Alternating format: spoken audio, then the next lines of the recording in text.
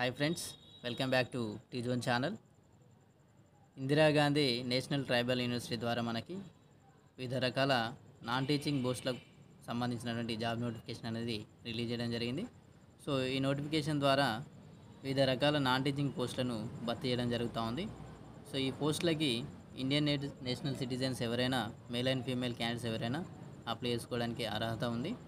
అలాగే సంబంధిత పోస్టును అనుసరించి 10th క్లాస్, ఇంటర్మీడియట్ మరియు డిగ్రీ కంప్లీట్ చేసిన వారు ఎవరైనా ఈ జాబ్స్కి అప్లై చేసుకోవడానికి అవకాశం ఉంది.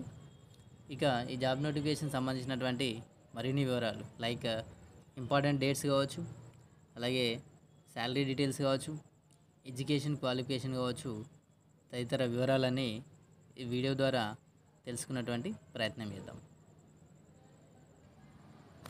సో నోటిఫికేషన్ వివరాలు గమనించినట్టయితే ఇందిరాగాంధీ నేషనల్ ట్రైబల్ యూనివర్సిటీ ద్వారా అఫీషియల్గా మనకి జాబ్ నోటిఫికేషన్ అనేది రిలీజ్ చేయడం జరిగింది. సో ఈ నోటిఫికేషన్ ద్వారా వివిధ రకాల నాన్ టీచింగ్ సంబంధించినటువంటి ఖాళీలను భర్తీ చేయడం జరుగుతూ ఉంది. సో దీనికి సంబంధించినటువంటి డీటెయిల్స్ అయితే మనకి అఫీషియల్ వెబ్సైట్ igNTU.ac.in అలాగే /recruitment. అనే ఆప్షన్లో మనకి అవైలబుల్ ఉంటాయి.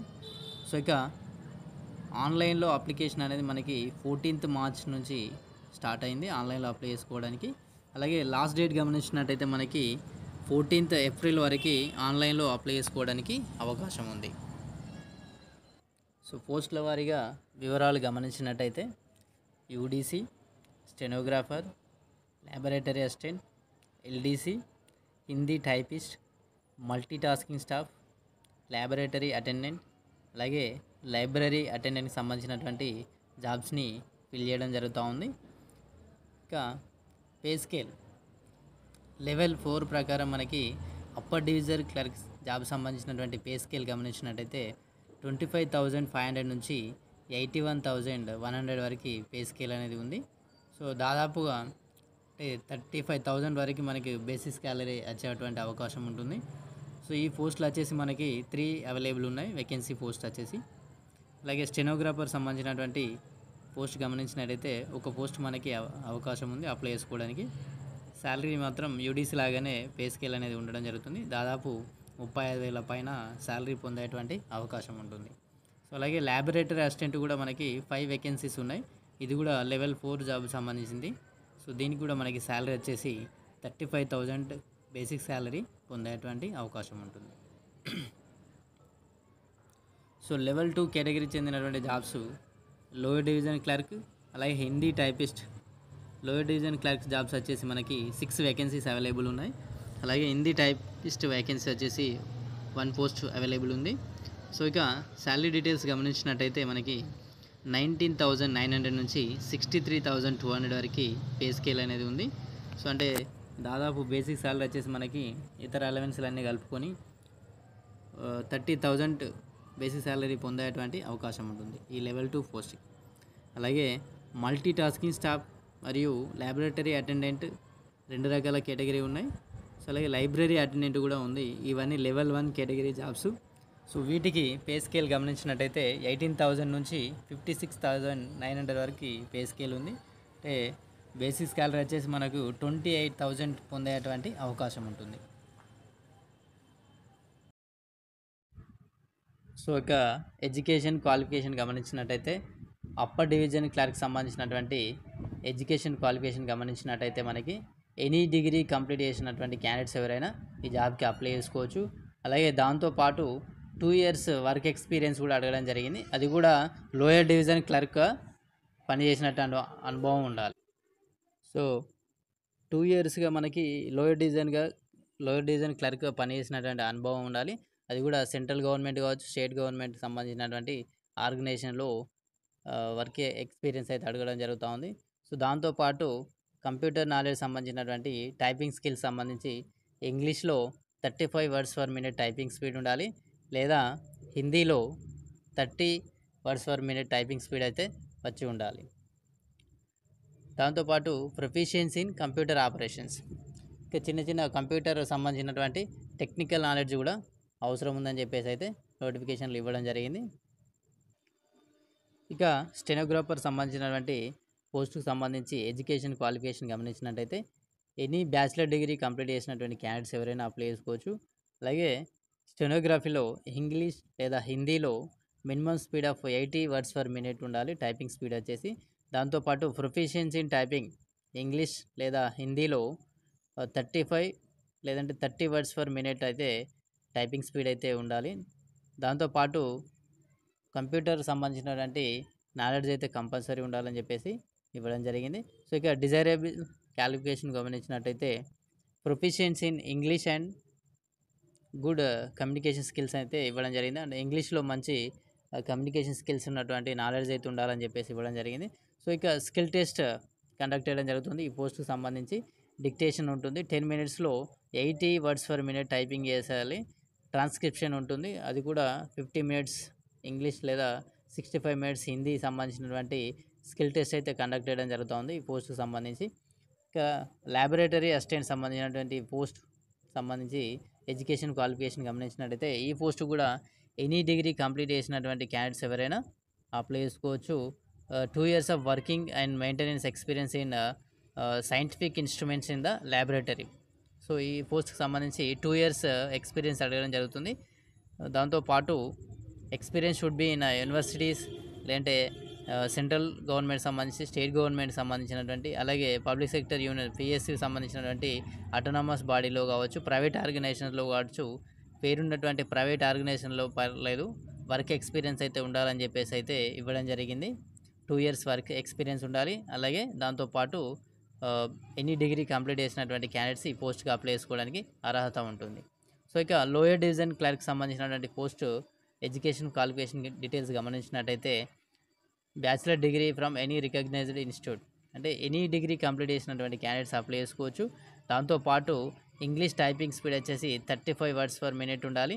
లేదంటే హిందీలో 30 words per minute typing speed ఉన్నటువంటి స్కిల్స్ అయితే కంపల్సరీ అవసరం ఉంటుంది. దాంతోపాటు కంప్యూటర్ ఆపరేషన్స్ అంటే మినిమం కంప్యూటర్ సంబంధించినటువంటి నాలెడ్జ్ అయితే ఉండాలని చెప్పేసి ఇవ్వడం జరిగింది. సో ఇక హిందీ టైపిస్ట్ పోస్ట్ గమనించినట్టయితే బ్యాచిలర్ డిగ్రీ అంటే మినిమం ఏ డిగ్రీ కంప్లీట్ చేసినా పర్లేదు. ఎనీ డిగ్రీ కంప్లీట్ చేసినటువంటి క్యాండిడేట్స్ ఎవరైనా అప్లై చేసుకోవచ్చు. ఈ పోస్ట్ కూడా 30 words per minute in Hindi typing speed. So అలాగే దాంతోపాటు నాలెడ్జ్ ఆఫ్ కంప్యూటర్ అప్లికేషన్స్ పైన అవగాహన ఉండాలని చెప్పేసి ఇవ్వడం జరిగింది. సో ఇవన్నీ నాన్ టీచింగ్ అంటే ఆఫీస్ రిలేటెడ్ వర్క్స్ కనుక కంపల్సరీ అన్ని పోస్టులకు కంప్యూటర్ నాలెడ్జ్ అనేది మస్ట్ అండ్ షుడ్. సో దాంతోపాటు కొన్ని పోస్టులకు టైపింగ్ స్పీడ్ అనేది ఎక్కువ ఉండాలి, కొన్నిటికి తక్కువ ఉన్నా పర్లేదు. సో ఇక మల్టీ టాస్కింగ్ స్టాఫ్. సో ఈ పోస్ట్ వివరాలు గమనించినట్టయితే దీనికి సంబంధించి ఎడ్యుకేషన్ క్వాలిఫికేషన్ గమనించినట్టయితే 10th క్లాస్ పాస్ అయినటువంటి క్యాండిడేట్స్ ఎవరైనా అప్లై చేసుకోవచ్చు. లేదా ఐటీఐ పాస్ అయినటువంటి క్యాండిడేట్స్ కూడా ఈ జాబ్కి అప్లై చేసుకోవడానికి అవకాశం ఉంది. సో ఇక్కడ ఈ పోస్ట్కి వచ్చేసి ఎటువంటి కంప్యూటర్ స్కిల్స్ కానీ టైపింగ్ స్పీడ్ కావచ్చు కంప్యూటర్ నాలెడ్జ్ కానీ ఇవ్వలేదు. సో అంటే మినిమం 10th క్లాస్ క్వాలిఫై అయినటువంటి క్యాండిడేట్స్ ఎవరైనా ఈ జాబ్కి అప్లై చేసుకోవడానికి అర్హత ఉంటుంది. సో ఇక ల్యాబొరేటరీ అటెండెన్స్ సంబంధించినటువంటి పోస్ట్ గమనించినట్టయితే ఇంటర్మీడియట్ 10+2 అంటే నథింగ్ బట్ ఇంటర్మీడియట్ సైన్స్ స్ట్రీమ్లో కంప్లీట్ చేసినటువంటి ఎవరైనా ఈ పోస్ట్కి అప్లై చేసుకోవచ్చు. అలాగే 10th పాస్ అయినటువంటి క్యాండిడేట్స్ దానికి ఎక్స్పీరియన్స్ అడగడం జరుగుతుంది. ఇక్కడ స్కిల్ సర్టిఫికేట్ ప్రోగ్రామ్ లైబ్రరీ టెక్నాలజీలో చేసినటువంటి క్యాండిడేట్స్ ఎవరైనా ఈ జాబ్కి అప్లై చేసుకోవచ్చు.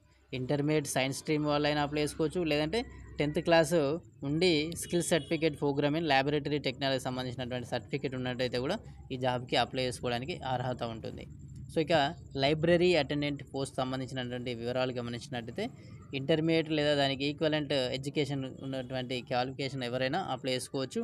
అలాగే certificate course in library science from the recognised institution నుంచి సర్టిఫికేట్ అయితే అడగడం జరుగుతుంది. దాంతోపాటు 1 ఇయర్ ఎక్స్పీరియన్స్ ఇన్ యూనివర్సిటీస్ కావచ్చు కాలేజీలో కావచ్చు ఎనీ ఎడ్యుకేషనల్ ఇన్స్టిట్యూషన్ సంబంధించినటువంటి లైబ్రరీ వర్క్ ఎక్స్పీరియన్స్ అయితే అడగడం జరుగుతుంది. సో దాంతోపాటు basic knowledge of computer applications అంటే మినిమం కంప్యూటర్ అప్లికేషన్స్ అయితే వచ్చి ఉండాలని చెప్పేసి అడగడం జరుగుతుంది. ఇది ఈ 4 పోస్టులకు సంబంధించినటువంటి ఎడ్యుకేషన్ వివరాలు. సో ఇక ఏజ్ లిమిట్ గమనించినట్టయితే అన్ని పోస్టులు కూడా దాదాపు 32 ఇయర్స్ ఏజ్ అనేది ఇవ్వడం జరిగింది. అంటే మ్యాక్సిమం ఏజ్ వచ్చేసి. సో దాంతోపాటు మళ్ళీ against age relaxation as per government rules మనకి ప్రతి కేటగిరీ వైజ్గా ఎస్సీ ఎస్టీ వాళ్ళకి 5 ఇయర్స్, ఓబీసీ క్యాండిడేట్స్కి వచ్చేసి 3 ఇయర్స్ ఉంటుంది. అలాగే ఫిజికల్ డిసేబుల్డ్ క్యాండిడేట్స్కి వచ్చేసి 10 ఇయర్స్ మనకి ఏజ్ రిలాక్సేషన్ అనేది ఇవ్వడం జరుగుతూ ఉంటుంది. సో ఇది ఇక మస్ట్ ఇంకా మళ్ళీ ఇంకొక కండిషన్ ఏంటంటే ఇక్కడ knowledge of Hindi is essential. అంటే ప్రతి జాబ్ గనుక గమనించినట్టయితే మనకి సో ఇది హిందీ హిందీ లాంగ్వేజ్‌లో నాలెడ్జ్ అనేది కంపల్సరీ ఉండాలని చెప్పేసైతే అంటే మినిమమ్ రీడింగ్ స్కిల్స్ కావచ్చు, రైటింగ్ స్కిల్స్ గాని ఉండాలని చెప్పేసైతే ఇవ్వడం జరుగుతా ఉంది. ఇక అప్లికేషన్ ఫీ వివరాలు గమనించినట్టయితే ఆహ్, ఓపెన్ కేటగిరీ వాళ్ళకి అలాగే ఓబీసీ క్యాండిడేట్స్‌కి వచ్చేసి రూ. 750 ఉంది ఫీ. రిమైనింగ్ క్యాండిడేట్స్ అంటే ఎస్సీ క్యాండిడేట్స్‌కి, ఎస్టీ క్యాండిడేట్స్‌కి, ఫిజికల్ డిసేబుల్ క్యాండిడేట్స్‌తో పాటు ఉమెన్ క్యాండిడేట్స్ కూడా ఫీ ఎగ్జంప్షన్ అని ఇవ్వడం జరిగింది. ఫ్రీగా వాళ్ళు అప్లై చేసుకునడానికి అవకాశం ఉంది. సో, ఇక ఎలా అప్లై చేయాలని గమనించినట్టయితే మనకి so, interested candidates have submit online application ఆన్‌లైన్‌లో మనం అప్లికేషన్ ఫామ్ అనేది సబ్మిట్ చేయాలి.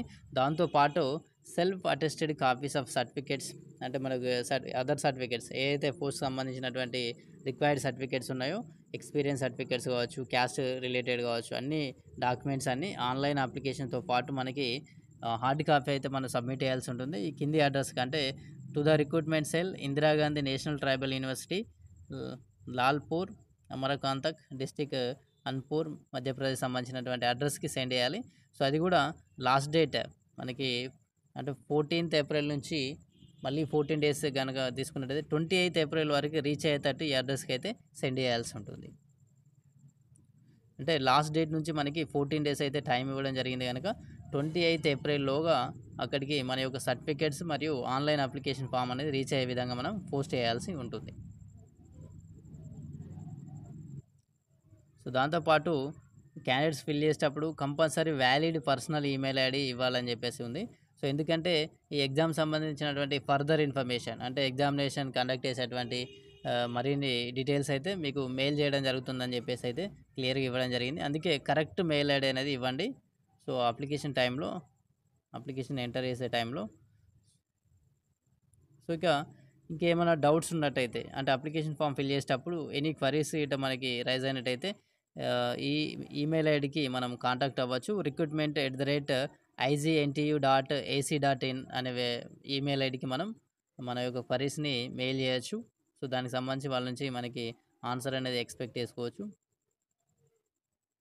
సో, ఫ్రెండ్స్ ఇది మనకి ఇందిరాగాంధీ నేషనల్ ట్రైబల్ యూనివర్సిటీ సంబంధించినటువంటి నాన్ టీచింగ్ పోస్ట్ వివరాలు. సో, మనకి ఆన్‌లైన్‌లో స్టార్టింగ్ డేట్ వచ్చేసి 14th మార్చ్ నుంచి లాస్ట్ డేట్ మనకి 14th ఏప్రిల్ వరకి అవకాశం ఉన్నది గనక ఈ అవకాశాన్ని వినియోగించుకోగలరు. సో, అలాగే లాస్ట్ డేట్ మళ్ళీ again hard copies and online submission form submit చేసుకోవడానికి 28/4/2024 వరకు మనకి అవకాశం ఉన్నది. సో, ఇంట్రెస్టెడ్ క్యాండిడేట్స్ నోటిఫికేషన్ వివరాలు గమనించి మీ యొక్క ఎలిజిబిలిటీ చెక్ చేసుకొని అప్లై చేసుకోగలరు. Thank you for watching this video.